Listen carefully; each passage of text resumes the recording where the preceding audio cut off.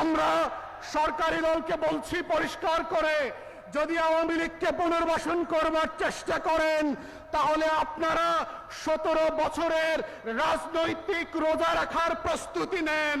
আপনাদেরকে আবার রোজা রাখতে হবে, ক্ষমতার ইফতার আপনাদের মিলবে না। আমরা বারবার ইতিহাসের কথা আমাদের দেশবাসীকে স্মরণ করিয়ে দিতে চাই। যেভাবে আল্লাহ রাব্বুল আলামিন কোরআনের পাতায় পাতায় পুরাতন আমলের ঐতিহাসিক ঘটনাগুলো, নবী রাসূলদের ঘটনাগুলো স্মরণ করিয়ে দিয়ে মানুষকে স্মরণ করিয়ে দিয়েছেন যে বনি আদম পৃথিবীর বিভিন্ন জায়গায় বিভিন্ন সময়ে একই ভুলগুলো বারবার করে এবং একই ভুলগুলো বারবার করে একই রকম পতনের দিকে এগিয়ে যায়।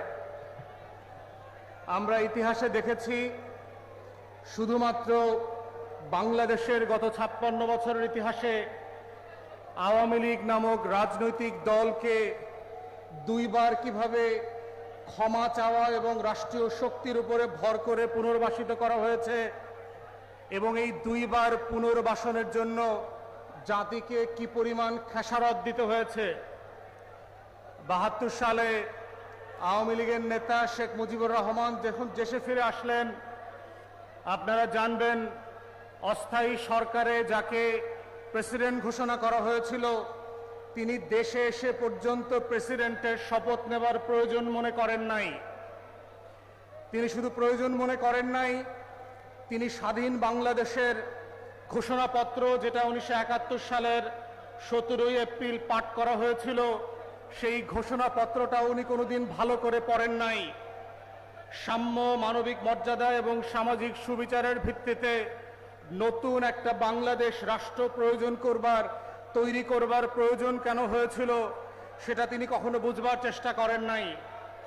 তাজউদ্দিন আহমেদ ওনার বিশ্বস্ত সহচর ওনার লেখাতে এবং বক্তব্যে বারবার বলেছেন শেখ মুজিবুর রহমানকে অনেকবার অনুরোধ করা হয়েছে মুজিবনগর সরকার ভিজিট করবার জন্য।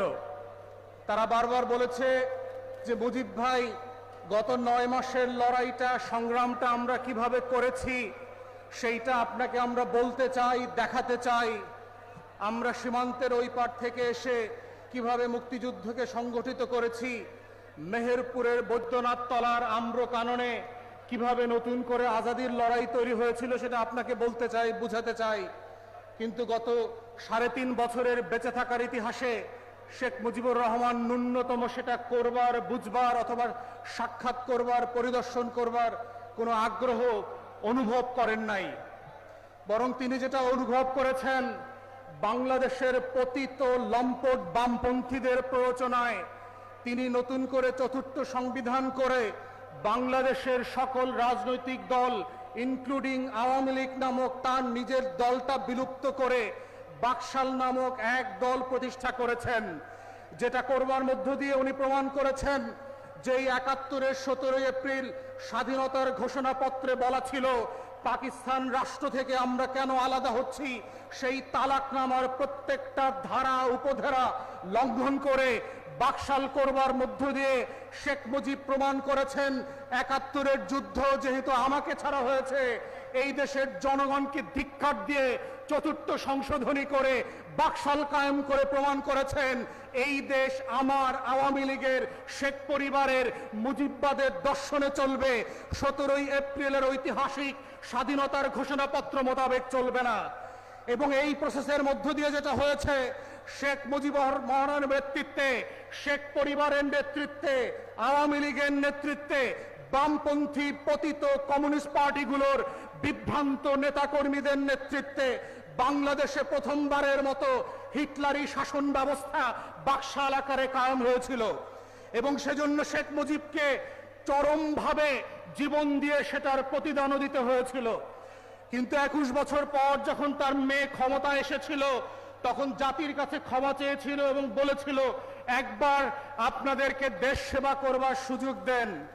জনগণ ভুলে গিয়ে একবারের বদলে 2 বার ভোট দিয়েছিল এবং সেটার জন্য একইভাবে রক্ত দিয়ে ৭১-এ দেশ স্বাধীন করবার জন্য শেখ মুজিবুর রহমান যেভাবে দেশবাসীকে শায়েস্তা করেছিলেন চতুর্থ সংশোধনী করে বাকশাল করে, একইভাবে শেখ হাসিনা তার কন্যা বাকশালকে নতুন আওয়ামী ফ্যাসিবাদ নামে কায়েম করে বাংলাদেশের আজাদির লড়াইয়ের প্রত্যেকটা ধারা উপধারাকে লঙ্ঘন করে দেশের মানুষের স্বার্থ ভুলুণ্ঠিত করে দিল্লির কাছে বাংলাদেশ বেচে দিয়েছিল এবং প্রমাণ করেছিল শেখ পরিবারের রক্তে মাংসে ইতিহাসের সাথে হিটলারের সম্পর্ক আছে, বাকশালের সাথে মুসলিনের সম্পর্ক আছে, শেখ পরিবারের সাথে আওয়ামী লীগের সাথে দিল্লির সম্পর্ক আছে, বাংলাদেশের সম্পর্ক নয়।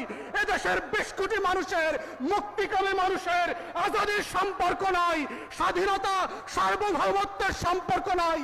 বারবার বাংলাদেশের মানুষকে আজাদি থেকে বঞ্চিত করেছে এই আওয়ামী লীগ, এই শেখ পরিবার, এই শেখ মুজিব এবং এই দিল্লির দাসী যারা আছে, বাম পতিত তথাকথিত সুশীল বাঙ্গু সিনিয়র বেকার সাংবাদিকের এই মূর্খ পালেরা এখনো আবার চেষ্টা করছে নতুন করে গণমাধ্যমে বুদ্ধিজীবিতায় কালচারাল ফ্যাসিবাদ কায়েম করে পিছনের দরজা দিয়ে আওয়ামী লীগকে ফেরত আনতে। আমাদের বক্তব্য খুব পরিষ্কার, আওয়ামী লীগ দিল্লিতে ফেরত আসবে, আওয়ামী লীগ কলকাতায় ফেরত আসবে, আওয়ামী লীগ সিলেটে ফিরবে না, ঢাকায় ফিরবে না, রাজশাহীতে ফিরবে না, খুলনায় ফিরবে না।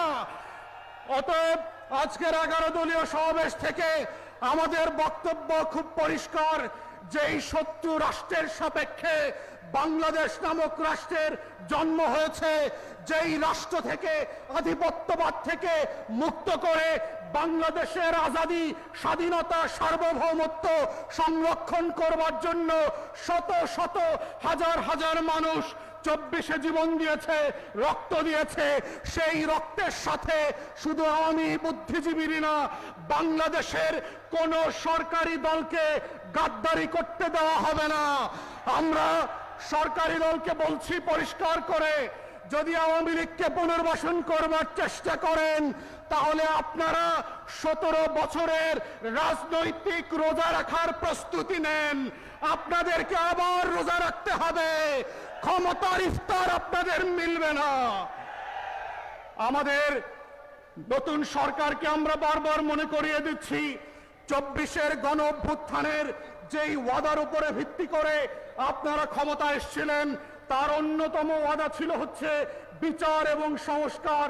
সেই জায়গা থেকে আমরা গত 1.5 বছর দেখেছি আপনারা নির্বাচন নিয়ে যতটা উদ্গ্রীব ছিলেন ততটাই বেকফল ছিলেন হচ্ছে আপনারা বিচার এবং সংস্কার নিয়ে। এবং আমরা শুধুমাত্র জুলাই জাতীয় সনদ না, শুধুমাত্র গণভোটের গণরায় না, আমরা দেখতে পাচ্ছি আপনাদের দলের তৈরি করা 31 দফার ইতিমধ্যে 7টা দফা আপনারা লঙ্ঘন করেছেন। যেই রাজনৈতিক দল নিজের করা ওয়াদা জাতির সাথে রক্ষা করে না, তারা জাতীয় জুলাই সনদ, গণভোটের গণরায় কিভাবে রক্ষা করবে? এই প্রশ্ন আজকে জাতির টেকনাফ থেকে তেতুলিয়া পর্যন্ত, রূপসা থেকে পাথুরিয়া পর্যন্ত প্রত্যেকটা বিভাগীয় সমাবেশে লক্ষ লক্ষ কোটি কোটি মানুষ আজকে একই প্রশ্ন করছে। এবং আমরাও আজকে এই প্রশ্ন জাতির সাথে করতে চাই, সরকারকে মনে করিয়ে দিতে চাই, যেই ব্যক্তি, যেই দল নিজের করা ওয়াদা নিজের সাথে রক্ষা করে না, তাকে আমরা কিভাবে বিশ্বাস করব? আপনি তো আপনাকে বিশ্বাস করেন না, আপনি তো আপনার দলকে বিশ্বাস করেন না, আপনারা তো আপনার 31 দফাকে বিশ্বাস করেন না। অতএব আমাদের বক্তব্য খুব পরিষ্কার, জুলাই গণ অভ্যুত্থানে বাংলাদেশ বদলে গেছে, দিল্লির আধিপত্যবাদ এখানে ফিরবে না। রাতের বেলা ইমেল করে এনডিটিভিতে আর রয়টার্সকে সাক্ষাৎ দিয়ে দিনের আলোতে আওয়ামী লীগ ফিরতে পারবে না। অতএব দিল্লিকে বলছি, আপনাদের পলিসি পরিবর্তন করেন। আওয়ামী লীগ ছাড়া নতুন বাংলাদেশের সাথে, নতুন ঢাকার সাথে আপনাকে সম্পর্ক করতে হবে। পুরাতন আওয়ামী লীগের বাংলাদেশ আর ফিরবে না, আপনার আধিপত্যবাদও ফিরবে না। আমাদের লড়াই চলছে এবং চলবে, সেই লড়াইতে আপনাদেরকে পাশে থাকবার আহ্বান জানিয়ে আমার বক্তব্য এখানেই শেষ করছি। আসসালামু আলাইকুম।